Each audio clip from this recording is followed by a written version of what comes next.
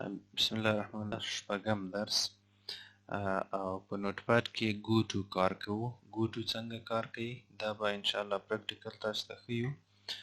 هغه ملګري چې دغه ویډیو په اول ځل باندې ګوري دوی کولی شي زموږ چینل سبسکرایب کړي او لایک بټن هم ووهي.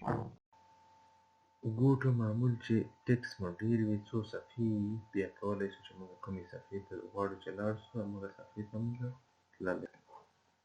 دغه ټکس موږ راواخیسته ډېر زیات هم پیسټ کړ چې څو صفحې تقریبا راځي. او اوس راځو کنټرول جی ګوټو کوم لاین ته ځي زه ورته وایم پنځلسم لاین ته یې زه راوستم دغه پنځلسم لاین صحیح ده. زه بیا وایم کنټرول جی اول لاین ته مې بوځي انټر وایم ډایرکټ اول لاین ته راوستم او همداسې نور. دې پسې بل آپشن ده سلیکټ. سلیکټ څه کار کوي؟ زه سلیکټ آل کنټرول ای ټول ماته انتخابوي. اوس که هوم بټن زه ووایم د دې اول سر ته مې ولي، که اینډ بټن ووایم آخر سر ته مې زه تیار په آخر کې یم. هوم بټن ووایم چې ما بېرته سر ته راولي.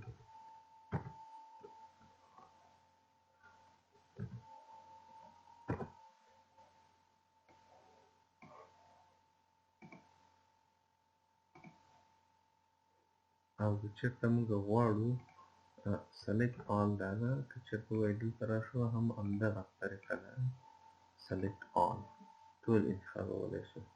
کنټرول هوم ووایي د ټول سر ته راځي، کنټرول اینډ ووایي د ټول ټکس آخر ته ځو.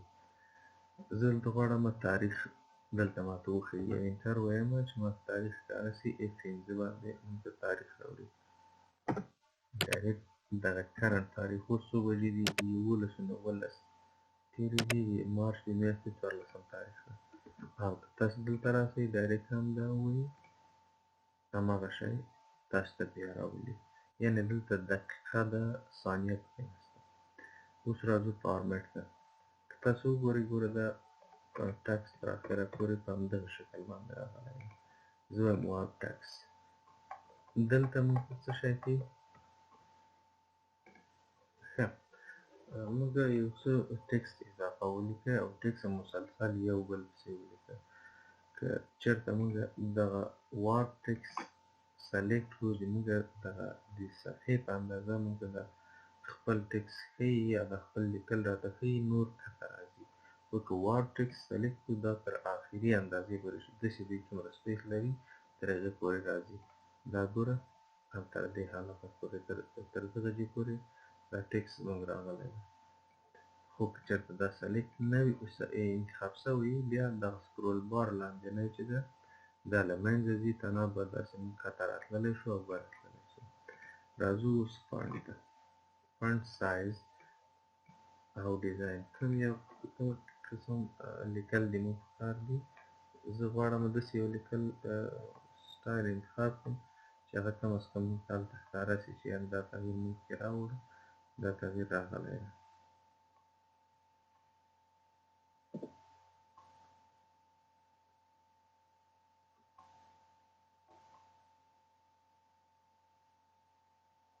زه دا انتخابوم.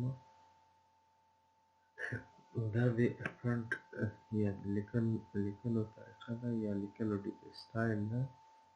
زه غواړم دغه ایډاف فونټ سټایل یې څنګه ده؟ ریګولر عادي وي، ایټالیک کوږ وي لږ داسې دیږي کې تاسو ته ښکاري سمپل بولډ داسې ډبل وي. بولډ یې ایټالیک هم ډبل وي هم کوږ وي، یعنې داسې لږ کوږ شوی وي. اندازه یې څومره ده؟ سایز 14 16 13 20 22 او څومره یې چې کښته غټوئ تر 2 پورې موږ ټکس سایز غټولی شو. زه وایم چې 12 دی. سکرپټ چې ده دلته مختلف دي، هر یو چې تاسو انتخابوئ خو معمول ویسټرن باید انتخاب وي ځکه چې بیا یې تاسو ټکس کې مشکل رانیسي. دا ډیزاین ټول دلته څنګه شو؟ اپلای شو. دا فارمیټ مینو. ویو مینو ته راځو موږ یې زوم ان کوو. زوم ان غټوي یې او شارټکټ یې ده کنټرول ماینس باندې وړکی کوي او منفي باندې او په جمع باندې د ټکس اندازه غټوي. کنټرول منفي وړکی کوي کنټرول جمع دا غټه وي او restore default زه دا غټوم او بیرته شارټکټ د کنټرول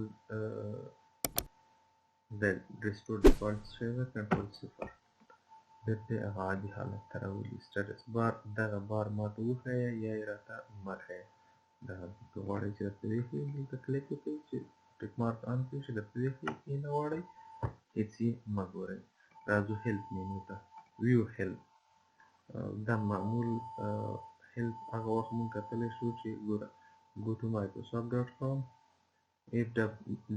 link او دغه لینک اډرس ده یا د هغه کوډ دې نه کولی شي تاسو ته هغه د نوټپیډ په باره کې معلومات درکړي خو مونږ ته دا اوس لازمي نه ده نوټپیډ دومره ډېر مغلق پروګرام نه ده چې مونږ ځو هلته معلومات اخلو په دې باره کې معمول تاسو ته معلومات درکړي او دا لازمي دي سینډ فیډبیک که چېرته فیډبیک ورکړئ دا به بیا مونږ له انټرنیټ سره وصل کړي او یا به مونږ ښه مونږ له انټرنیټ سره وصل کوي خو بدبختانه چې مونږ نیټورک کنیکټ نه ده مونږ نشو کولی چې انټرنیټ سره اوس وصل شو په همدې خاطر پلیز ګو آنلاین هغه وایي تاسو څنګه شئ انټرنیټ سره آنلاین شئ او انیبل ټو کنیکټ یعنې مونږ نیټورک کنیکټ نه ده یا انټرنیټ کنیکټ نه ده نو مونږ نشو کولی چې فیډبیک ورکړو او اخر کې راځو اباوټ نوټپیډ د نوټپیډ باره کې موږ ته معلومات راکوي صحیح ده مایکروسافټ وینډوز ورژن 2004 دغه ماډل صحیح ده مایکروسافټ کارپوریشن آل رایټ ریزرቭ دا ټول ښه ده دلته موجود دي یوزر چې ده دا او ارګنایزیشن چې ده او آر جي مین دا ارګنایزیشن نیم ده تاسو غواړئ چې دې باره کې لایسنس باره کې معلومات ترلاسه کړئ دلته کلیک کړئ نو هلته به مایکروسافټ آنلاین ویب سایټ ته به لاړ شئ د هغې نه به تاسو دقیق معلومات د دې باره کې د مایکروسافټ ویب سایټ وګورئ مننه ښه وخت ژوندي اوسئ